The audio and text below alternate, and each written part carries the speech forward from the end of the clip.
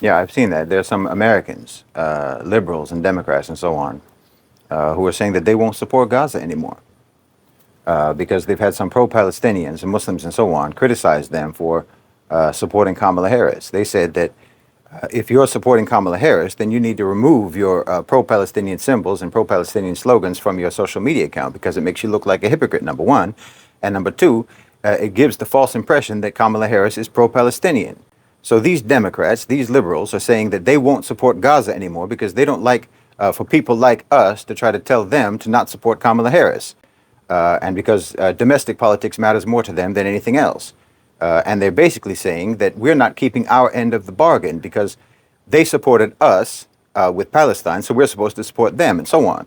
Well, this just demonstrates what I've always talked about. Everything is transactional with them.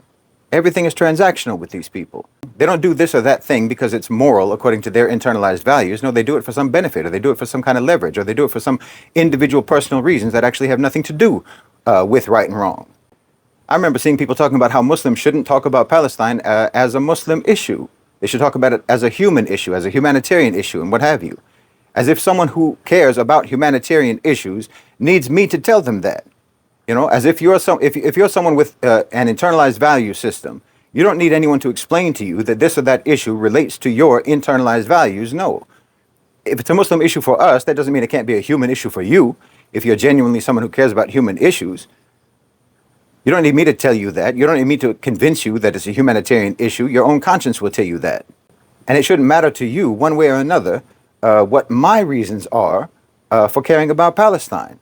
Why do you need me to make your reasons my reasons? I don't need my reasons to be your reasons. So, okay, I disagree with you about Kamala Harris, and I think that you're a hypocrite for supporting Kamala Harris and also at the same time saying that you're pro-Palestinian. Okay, that's my opinion. And what you do to prove me wrong is continue to support Gaza out of your own sense of justice and right and wrong. But you see how they do. They're proving that they're hypocrites because they're ready to drop Gaza the moment that you don't go along with their political views. And yes, you can do that. You can drop Gaza from your protest playlist because that's all it is to you.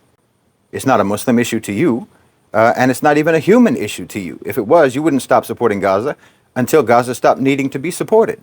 But you'll drop it over Kamala Harris. You'll drop it over petty partisan politics because Gaza is nothing but a song on your playlist that you like to play to make yourself feel like a moral and righteous person.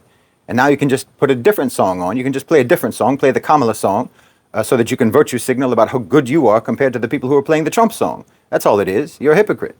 And that's fine, because of course you're a hypocrite. You can hardly be anything else because of the society that you come from, the society that you came up in. You were never actually equipped with moral depth as a human being. You grew up in a society where everything is transactional, where everything is superficial, where everything is childish.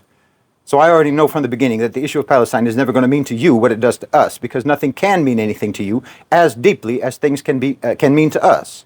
Because by nature, you're always going to be less mature, less intellectually sophisticated. You'll always have less depth. You'll always be less grounded. Your morality will always be arbitrary and fleeting and malleable. And that's not your fault. You're not a Muslim. And without the clarity and the understanding of Islam that Islam gives you, you're always going to exist in the shallow end of the pool. So you think that you're doing us a favor, and you think that you're doing the Palestinians a favor by supporting Gaza. And because you're doing us all this great favor, we're supposed to be grateful and reciprocal. We're supposed to support you and support what you support. See, you're applying capitalist market principles to morality. You probably think of yourself as a socialist, but you're a moral capitalist. No, whoever does good for his or her own soul. And whoever does evil to the detriment of his or her own soul. And if you're an American, you're a citizen and a taxpayer of a country that's committing the genocide in Gaza, and no one bears more responsibility for that carnage than you do. So if you are actively supporting Palestine, then you are at least disavowing and disowning and distancing yourself from what your government does, because Judgment Day is real. We can't help you on Judgment Day, and the Palestinians can't help you on Judgment Day, but you can help yourself by doing the right thing before Judgment Day. So I'll tell my brothers and sisters, my Muslim brothers and sisters, for non-Muslims who are supporting Palestine, okay, that's good for them. They should support Palestine. But them supporting it or not supporting it has nothing to do with us. So don't put your faith in these people and don't put your trust in these people, not on the issue of Palestine or anything else, because they don't mean anything they say, period. They don't mean it the way you do, because they're just not that deep. Their morality is like rain that falls on the surface of a rock and that slips right off. It's not like with you. With you, it's like the rain landing on fertile soil, and the soil absorbs that rain, and the soil is enriched by that rain, and it makes things grow. Well, they're not like that, except for very few of them. So let the both of you just work on two separate parallel tracks. But carpool with the Muslims. Don't carpool with them.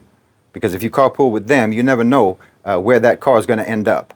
And if they really do care about Palestine, then nothing is going to make them stop caring about Palestine until the issue is resolved.